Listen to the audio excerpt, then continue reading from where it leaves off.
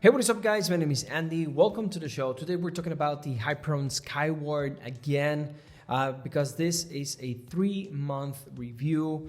Wearing this watch in and out, not throughout all the 3 months.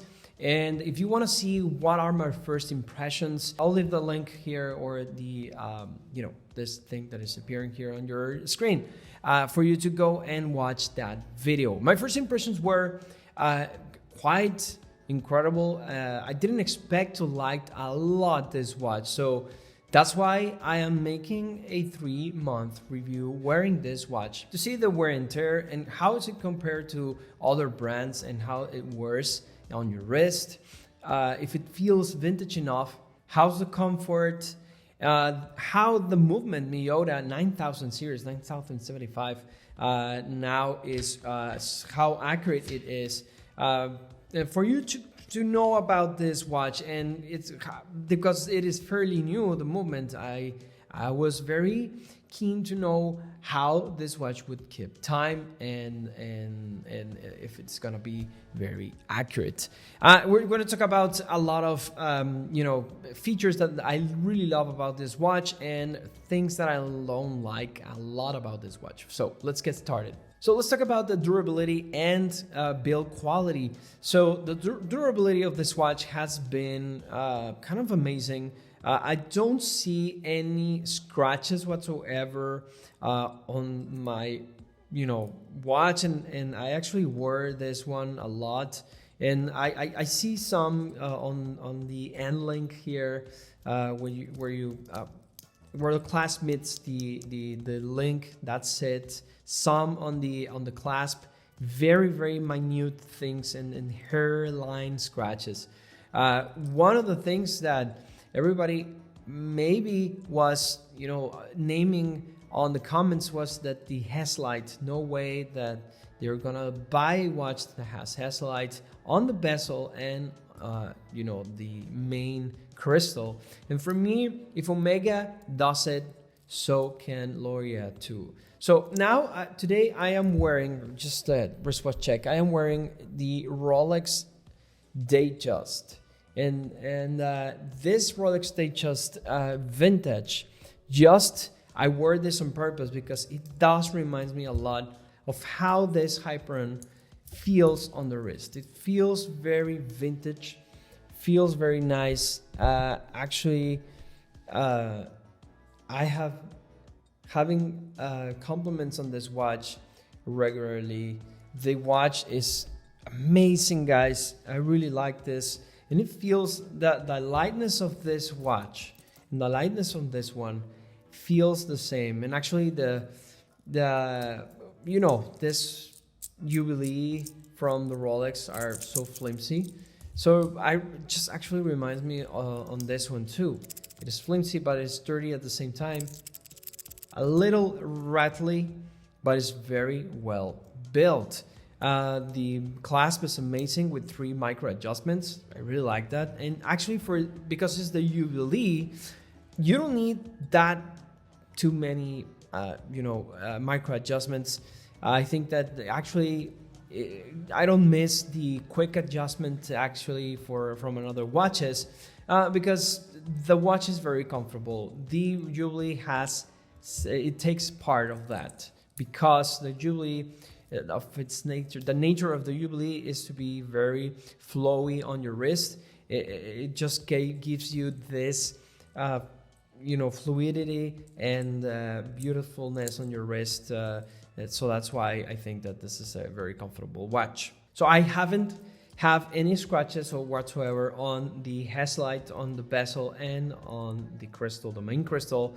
And who cares, because this watch comes with a Polywatch right out of the box. And that is amazing. No other brand does this. And there are a lot of brands that have Hesalite or this type of crystals that is gonna scratch with time, and I think that this is amazing for the price. So the price of this watch is $599. So for me, it's not that expensive, being that this watch is a true GMT. True GMT, guys. This is not a color GMT. This is a true GMT. So it is an affordable and obtainable, well, when they are available, it's an obtainable watch.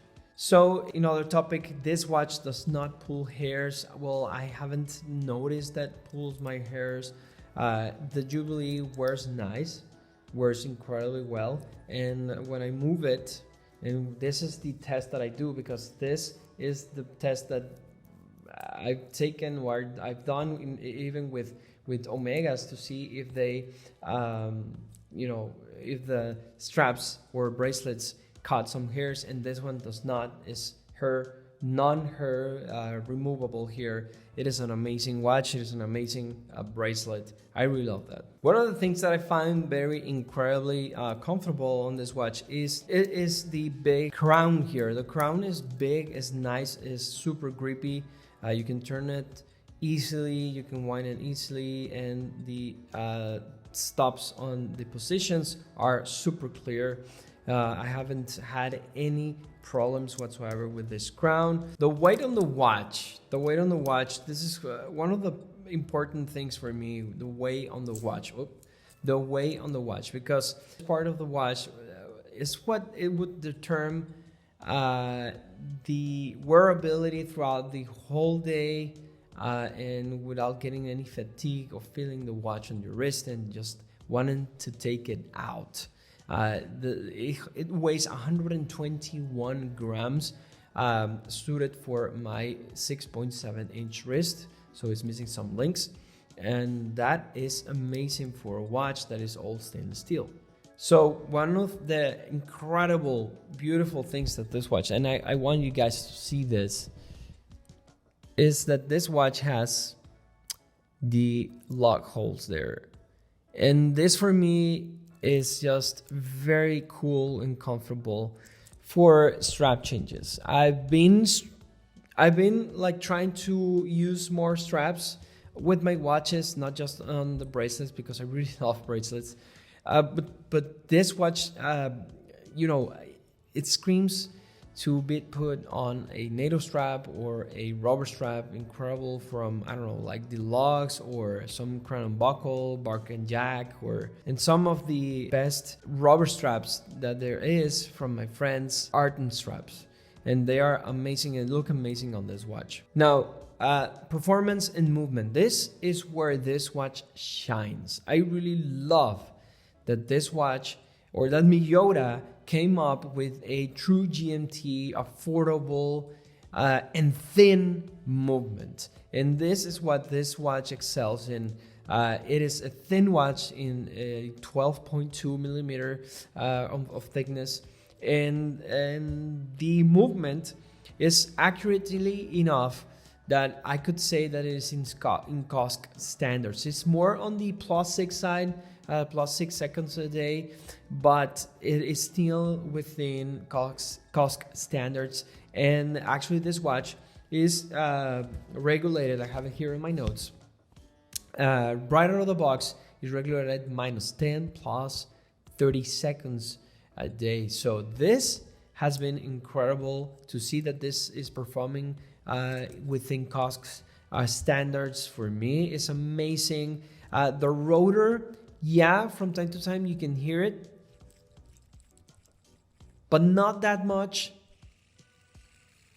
And it does that, but not as the 8000 series. This is, it feels incredible. And actually my Omega Aquaterra, it is louder than this watch. The rotor is louder. I don't know why it is louder than this one, but it is. So I'm okay with the rotor of the Miyota here. So the incredible part of this watch is that you have a movement that you can change the hour independently. And for me, I was looking for the best GMT, the best true GMT affordable that there were in the market, and I couldn't find any. Mito has one, but it's 43 millimeters in diameter, and it's I think it's $1,000 or more. Now this for $600 with a true GMT movement and an independent hour hand, it's just amazing for the price that you can have here. And there's no other watch that does this. Yes, you have the Trasca, but I think that the Trasca has a more fresh maybe and more modern take on a GMT. This, if you like vintage, or if you like some tag Heuers or Rolex vintage or Tudor's vintage, this gives you that vibe, but without being a homage or a direct homage or a straight copy for a Rolex or tag Heuer.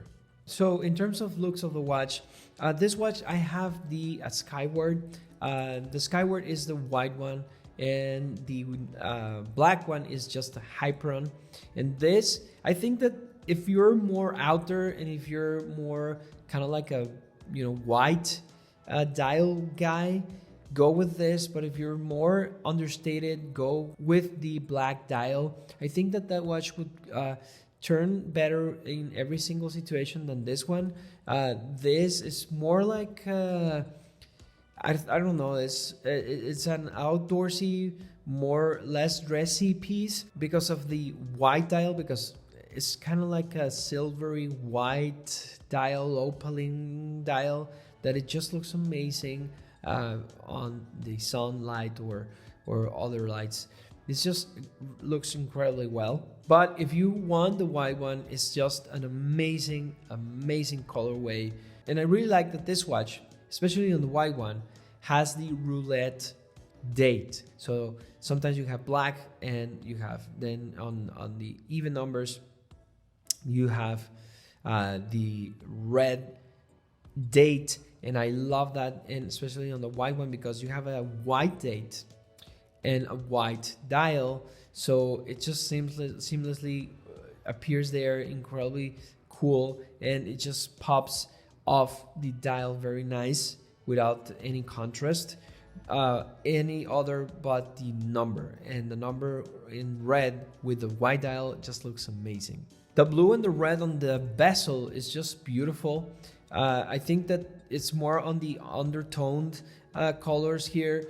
It's kind of more or less like the modern GMT Pepsi from Rolex, not as the past or neo vintage one that is more blue and red, very bright blue and red.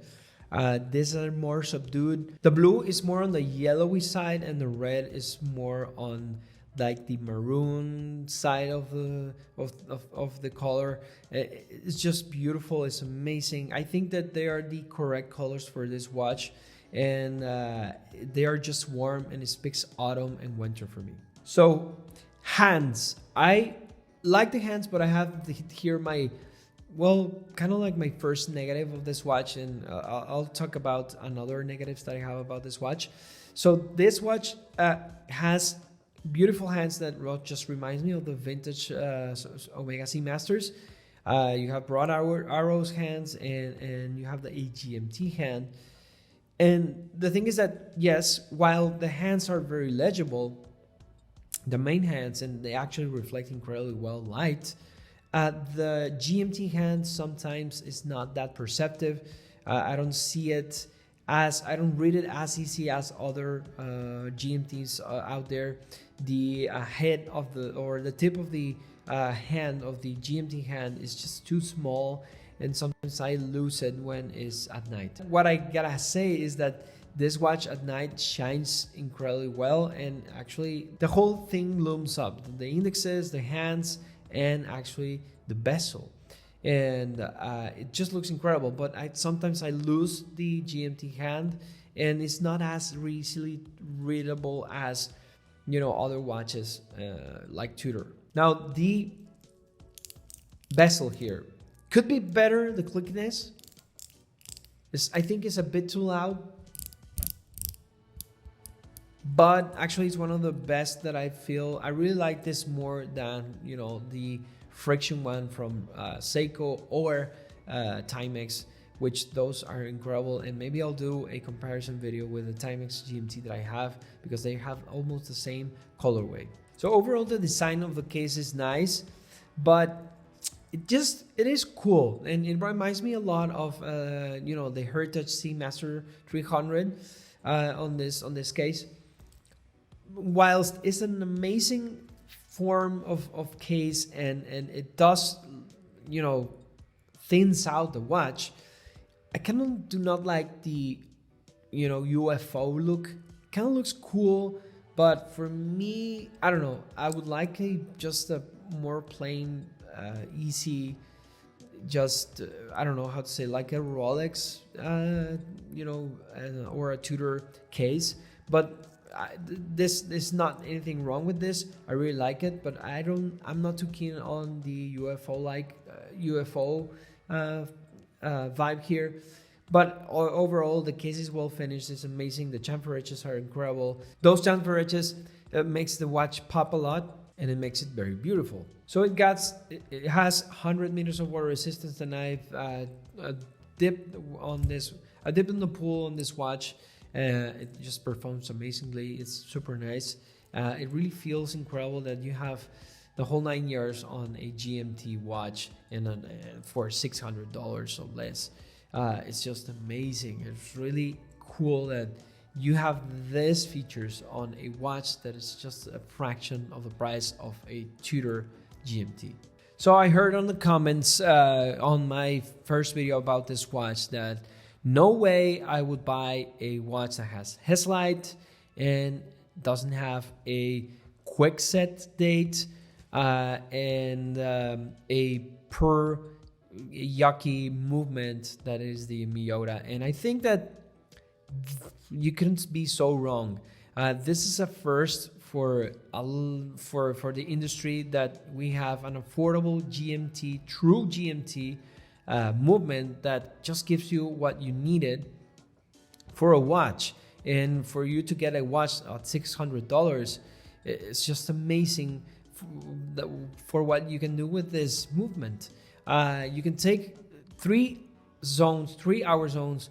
You can move independently the hour hand, and actually Tudor or Rolex does not, or maybe any true GMT has a quick set date, unless you have a specialized button, as I have a Tag Heuer that is a true GMT that has specialized buttons for every single thing, like moving the hands and moving the date. That's a quick set date, but that I haven't seen that in a long time, and I think that if Tudor and Rolex are doing that, this could too make the hour hand go around 2 times to change the date, and actually you can go backwards and change it back.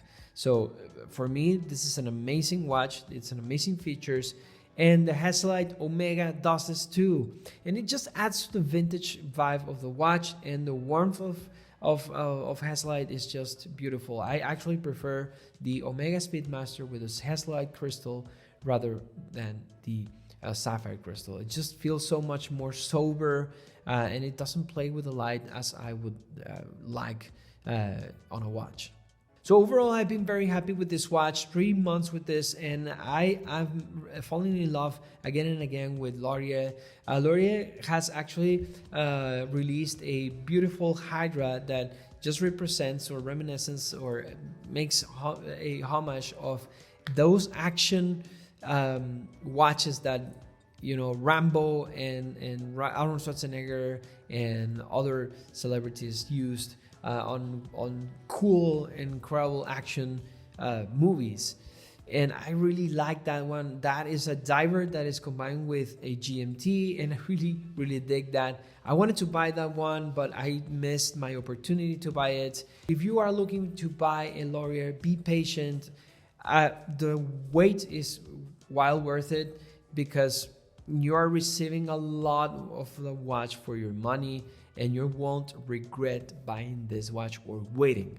I know that the waiting play here is just annoying, but I think that we should learn how to wait again for things to come our way. It's just more, it adds something else to the watch.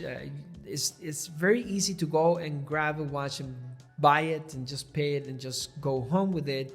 And it's all to desire to see pictures and what if, and imagine stuff with the watch, and if I wanted to get it and I'm waiting for it out the door.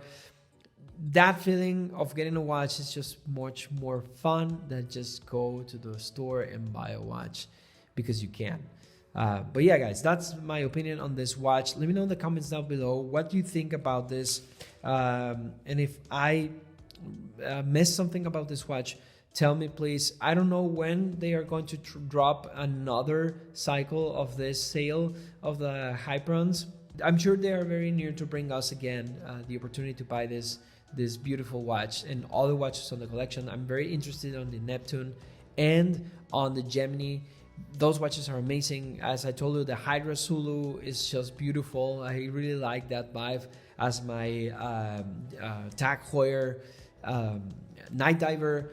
This is just amazing, and I really love what Laurier is doing with the brand. They brought the homage word to another level. This is a true homage for watches, a true nod to watches from history, from time to time here. And I think that they are not trying to copy anything. They are trying to imagine what if we could do this with this type of designs. But yeah, guys, let me know in the comment down below what do you think about this, and thank you guys for watching. Remember to like and subscribe to this channel. It really does help, and if you don't like to do that, thank you for watching. And remember guys, I am Andy, and I'll be here spending time watching time.